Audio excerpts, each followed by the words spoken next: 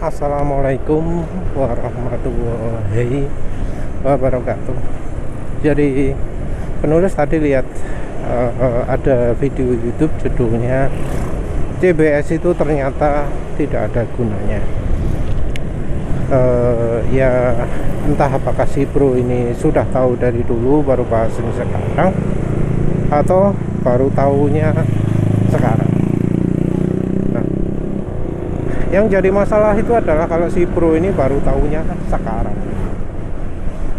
Karena ya berarti si bro ini nggak mencermati ya. Nggak mencermati apa sih, kapan sih kegunaan dari CBS. Di video ini penulis nggak bahas cuma Honda toh ya. Penulis juga mengkritik Yamaha, juga Suzuki, tapi motor Suzuki kan sedikit ya. Fitur yang menurut penulis aneh itu adalah lampu LED sampingnya Suzuki ya. Entah ya, rasanya nggak ada orang yang tertarik untuk beli versi Suzuki NX2 yang ada lampu sampingnya ya. Mungkin nggak ada barangkali, tapi yang jelas fitur itu nggak muncul lagi kan, nggak dipromosikan lagi. Jadi artinya masyarakat nggak langsung tertarik. Tapi lepas dari itu, kita bahas dulu dari CBS.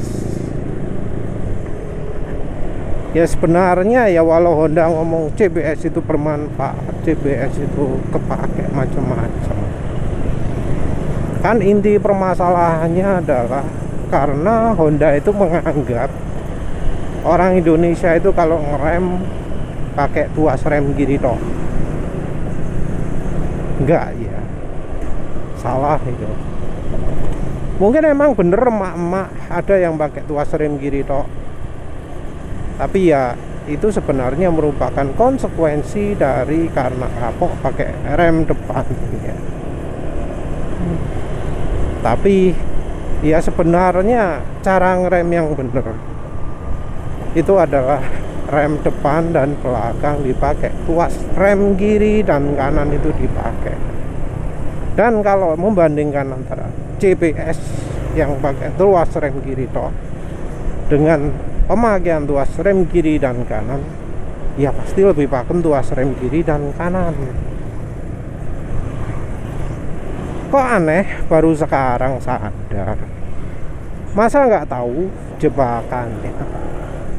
jebakan bahwa CBS-nya Honda di motor Matic yang murah itu diaktifasi pakai tuas rem kiri. Nah, sopo sing gawe tuas rem kiri itu? Setiap penulis bahas soal pengereman selalu ada saja loh ya bro yang ngomong, dari dulu pakai rem depan toh. Ada loh, setiap kali penulis bahas soal ngerem yang bener itu kiri dulu diikuti dengan yang depan. Nah, pasti ada saja bro yang ngomong, oh saya pakai tuas rem depan toh. Kau nak saya ngomong pakai tuas rem kiri toh. Selalu yang ada itu adalah ngomong pakainya rem depan toh. Ya tentu kalau pakai rem depan toh itu juga salah ya. Dari yang paling konvensional pun ya, ngerem itu depan belakang.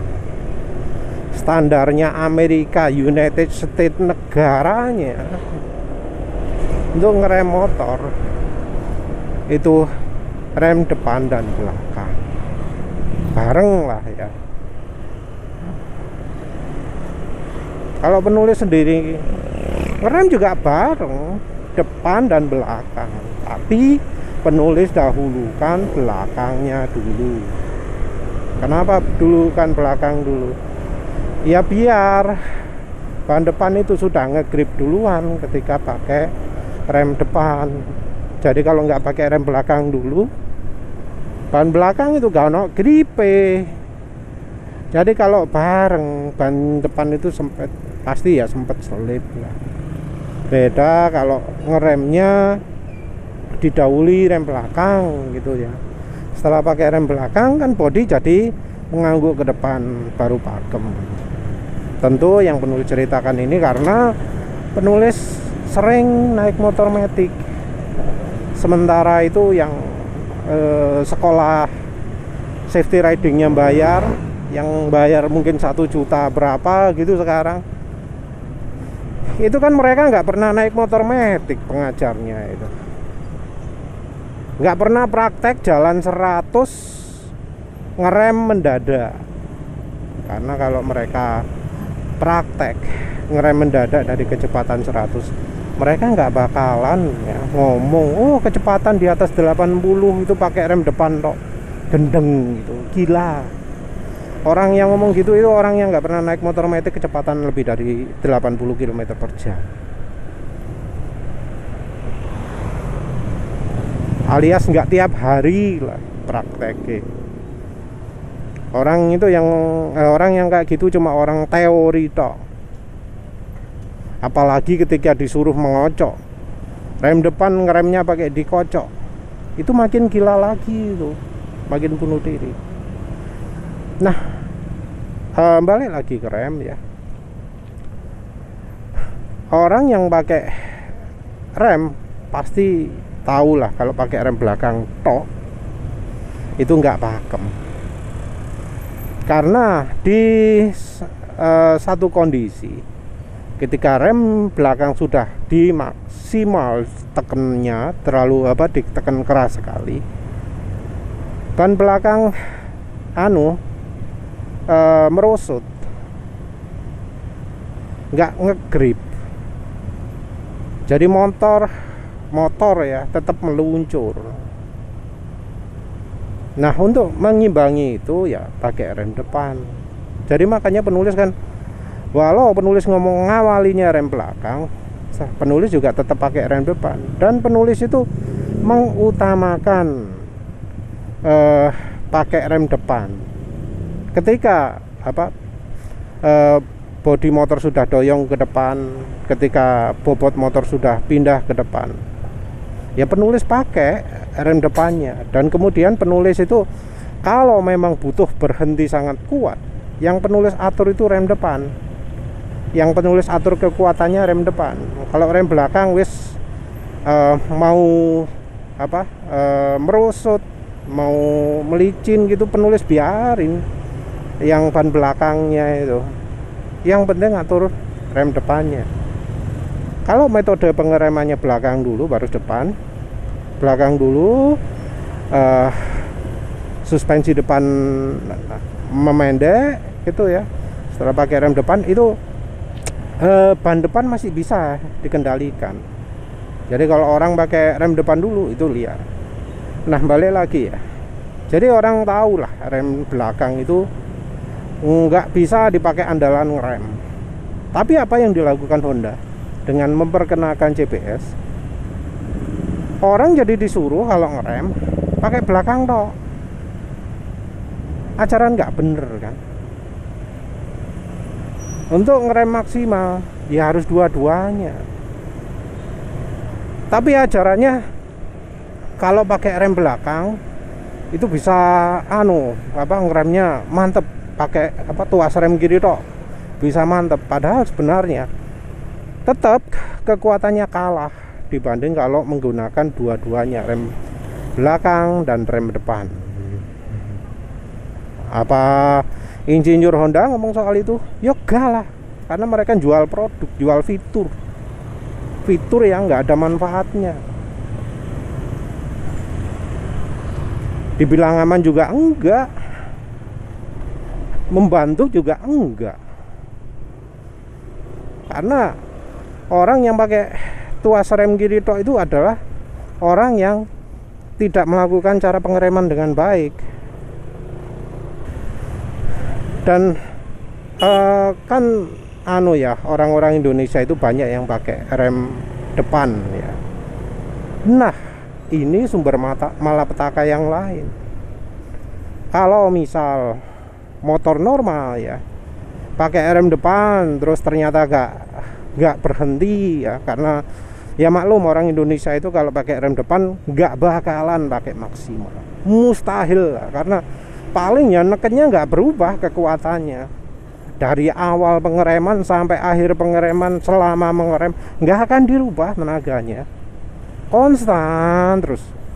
Jadinya apa ya, jadinya pengereman itu nggak maksimal. Nah, ada di suatu kondisi di mana pengendaranya merasa, wah ini butuh pakai rem belakang juga untuk membantu ya. Nah, di saat inilah malapetaka terjadi, terutama untuk motor-motor yang Honda Beat ya. Kalau Vario penulis jarang dengar karena mekanismenya beda ya. Nah, kalau di Honda Beat ya, orang rem neken tuas rem kanan dulu gitu ya, ternyata kurang ya, terus neken tuas rem kiri, apa yang terjadi? Nah, di saat neken tuas rem kiri itu tenaga pengereman akan nambah yang depan, padahal depan ini anggap aja wis cukup mendekati limit. Nah, kemudian ditambah lagi dengan CBS, yang terjadi apa? Ngelok ban depannya. Kalau kan ban depan ngelok, wis itu musibah. Orang nggak bisa mengendalikan motor lagi. Motor itu bisa liar, bisa loncat-loncat, bisa lempar kiri, lempar kanan. Penulis tahu sendiri lah, beberapa kali merasakan bagaimana rasanya grip ban depan hilang. Karena dulu penulis itu sama kayak kebanyakan orang, kalau ngerem pakai rem depan tok ya, ada yang dibantu rem belakang, tapi dulu itu nggak pernah mendahulukan belakang, pasti mendahulukan depan.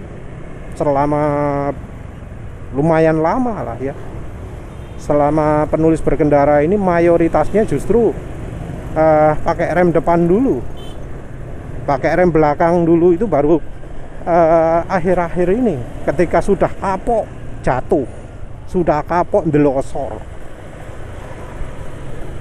baru mikir, kok jatuh terus ya, padahal kecepatan cuma 60, kecepatan cuma 80, gak banter yuk.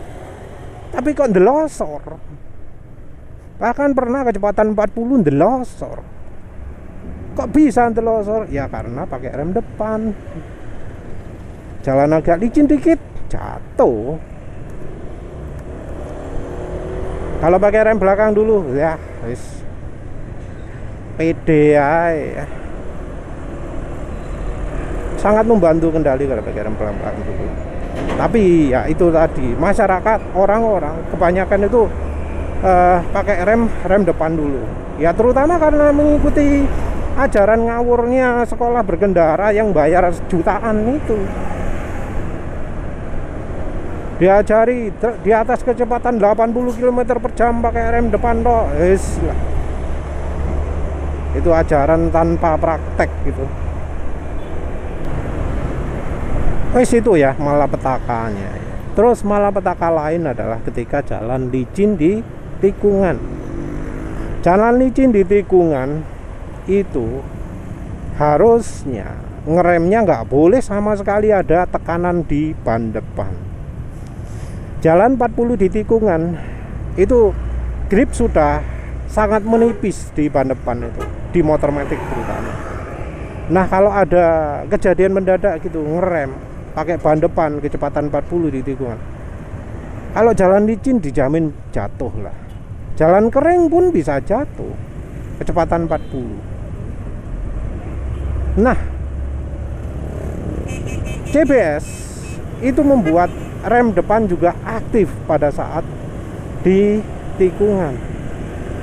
Nah, ini sangat berbahaya karena ya harusnya di tikungan itu pakainya rem belakang, nggak boleh sama sekali ada rem depan itu. Yang di MotoGP pun ya juga mikir, ketika sudah masuk tikungan, sudah menikung, mereka nggak lagi pakai rem depan. Mungkin ada yang ngomong, oh itu kok pembalap pakai rem depan kok. Iya, sebelum tikungan, sebelum belok maksimal. Tapi ketika sudah belok maksimal, sudah enggak. Kalau mereka pakai ngerem, pakai rem belakang, itu pun dibatasi, harus halus ketika di tikungan. Oleh karena itu engine brake pun diatur. Oleh karena itu ECU pun dikendalikan. Oleh karena itu ECU MotoGP pun di-upgrade sekarang, karena yang lama itu terlalu kuno. Saking kunonya bikin banyak pembalap jatuh gara-gara engine brake. Jatuhnya di tikungan. Balik lagi ke topik. Itu wis bahaya. Banyak orang yang jadi korban, termasuk salah satunya istri penulis. Wes habis tahu gitu, wah wes memutuskan CBS itu berbahaya.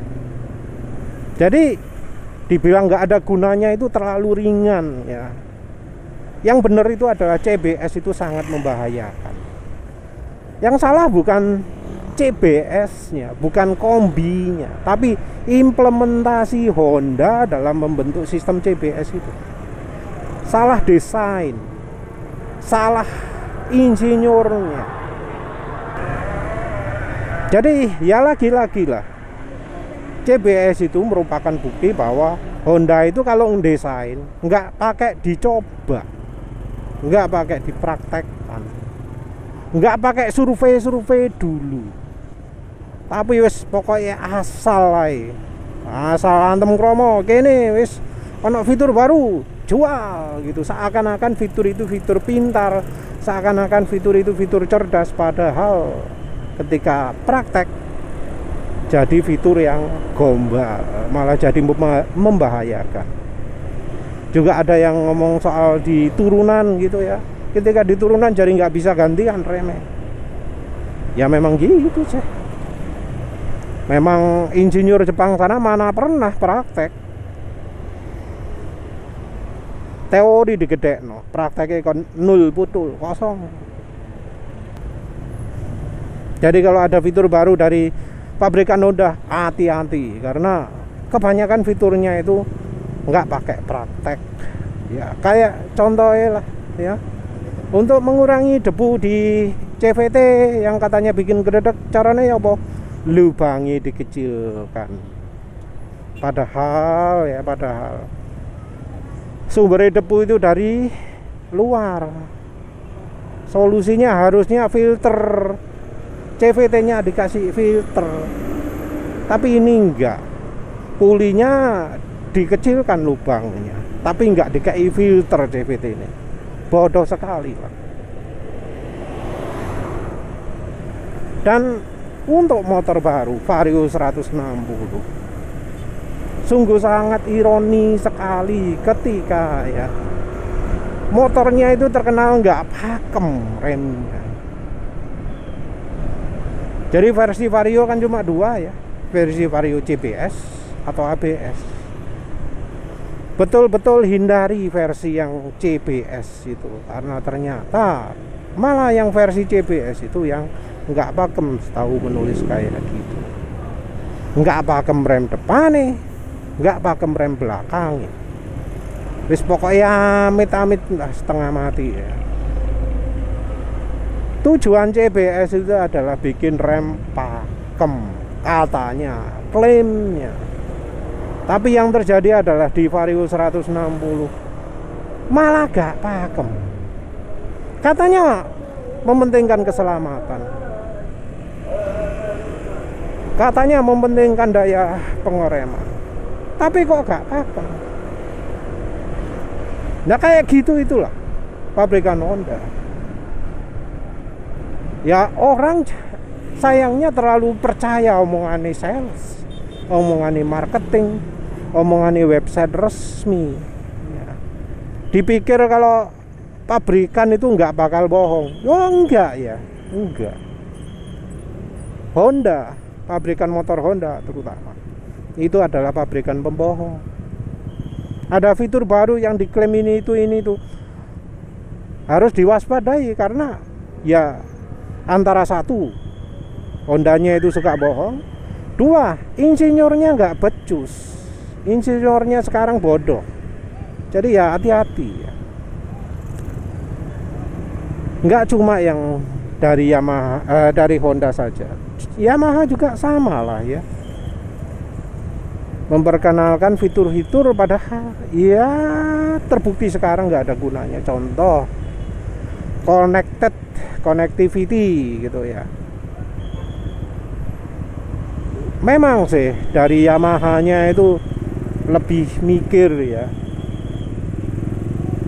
lebih apa jenenge, lebih perhatian ke keluhan konsumen. Ada keluhan dibenahi. Jadi misalnya teknologi connected itu kan salah satunya adalah bisa mendeteksi motor, bisa mengecek keberadaan motor. Nah, nggak mikir ya bahwa fitur itu sangat membebani baterai. Jadi di revisi berikutnya fitur itu hilang, fitur itu nggak aktif, sampai muncul keluhan-keluhan di Play Store ya, bagian aplikasinya mengeluh, kok sekarang nggak bisa ya, ya karena Yamaha-nya nggak mikir ya. Sebenarnya sama sih Yamaha sama Honda itu memperkenalkan fitur itu nggak dijajal dulu, nyobanya di Jepang sana, dipikir Indonesia sama kayak Jepang. Untuk soal ini Yamaha dan Honda itu wis sama lah, wis podo-podo apa keras kepala, podo-podo pongah, podo-podo sombong.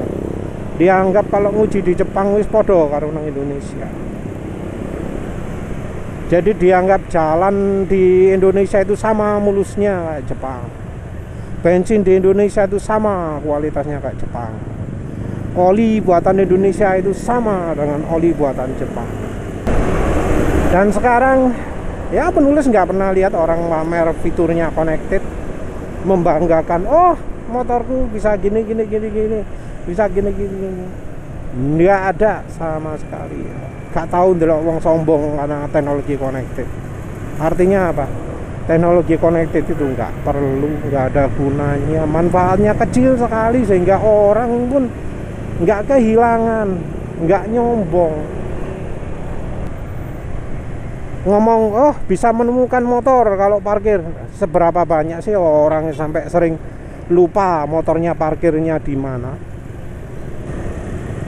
Kan sedikit sekali itu, apalagi sekarang fiturnya wis gak aktif. Soal smart key juga sama, ya mau Honda mau Yamaha tetep aja bodoh. Akhirnya cepet entek kalau teknologi smart key. Entah mengapa ya smart key itu kok dibuat sistemnya aktif terus di motornya. Kenapa nggak ada fitur untuk mematikan pemakaian listrik smart key gitu ya? Karena kan motor nggak harus standby terus. Kenapa kok niru mobil, niru bahwa di mobil itu kan sistem smart key aktif terus ya? Akhirnya gak gampang tekor. Kenapa? Karena jumlahnya pirang-pirang, kapasitasnya gede banget, dibebani sistem smart key yang standby terus. No problem kalau mobil, enteng. Pemakaian arus di mobil itu nggak seberapa kalau dibanding dengan kapasitas akinya. Tapi kalau di motor, wah, ya gede lah. Berapa ampere sih memang motor itu? Kalau di mobil minim 45 ampere, ono sing 70 ampere. 60 ampere juga ada, gede-gede lah. Kita nggak ngomong truk ya, kalau truk 120 ampere. Motor paling ya 4,5 ampere. 1/10-nya mobil disuruh pakai sistem kayak di mobil, ya tekor ini. Kenapa gitu loh? Kok seakan standby, wes user nggak perlu neken apa-apa gitu. Kenapa kok harus maksakan kayak gitu? Karena user itu pasti akan keberatan juga kalau akhirnya cepat tekor. Yang jelas ya, kita itu harus hati-hati kalau menerima ada informasi dari pabrikan, oh ada fitur ini, fitur ini, fitur ini. Kita harus mempertimbangkan bahwa insinyur Jepang sana gak nyoba fitur itu di Indonesia. Terus dari pabrikan juga ada kemungkinan nipu ya. Contoh apa jenenge? Fitur sandar samping mesin mati gitu ya. Katanya untuk keamanan. Tapi ya itu lebih kepada kebiasaan sih. Kebiasaan apa? Orang yang kadang ngawur ya. Tapi kalau orangnya nggak ngawur, mematikan mesin saat sandar samping diturunkan, ya nggak bakal ada kejadian apa-apa. Motor Next 2 misalnya, nggak ono fitur sandar samping, ya nggak apa-apa. Oke saja. Juga fitur yang sekarang ini sudah nggak ditawarkan lagi, parking brake ya. Walau memang sih ada yang orang butuh banget gitu ya, sampai dipasangi ya. Walau tentu kalau untuk sistem rem cakram itu kadang nggak fungsi, karena rem cakram itu nggak kayak rem kawat ya. Kalau rem cakram ono ngemposil diteken terus kadang. Nah, tapi kan sekarang orang itu wis nggak merasa kehilangan, nggak ada fitur parking brake. Motor-motor kayak yang mahal-mahal, ADV, PCX, NMAX, nggak ada parking brake ya. Padahal katanya penting. X-Max pun penulis nggak lihat ada fitur parking brake. Padahal rasanya orang masih tetap aja parkirnya di jalan miring, karena ya banyak lah di toko di mana itu parkirnya harus miring. Tapi ya buktinya masyarakat nggak mengeluh tuh. Jadi ya ada fitur, ada apa, tetap waspada lah. Hati-hati ya. Lihat pengalaman yang lain, jangan percaya omongan sales, omongan pabrikan. Ya wis itu saja. Terima kasih sudah menonton. Assalamualaikum warahmatullahi wabarakatuh.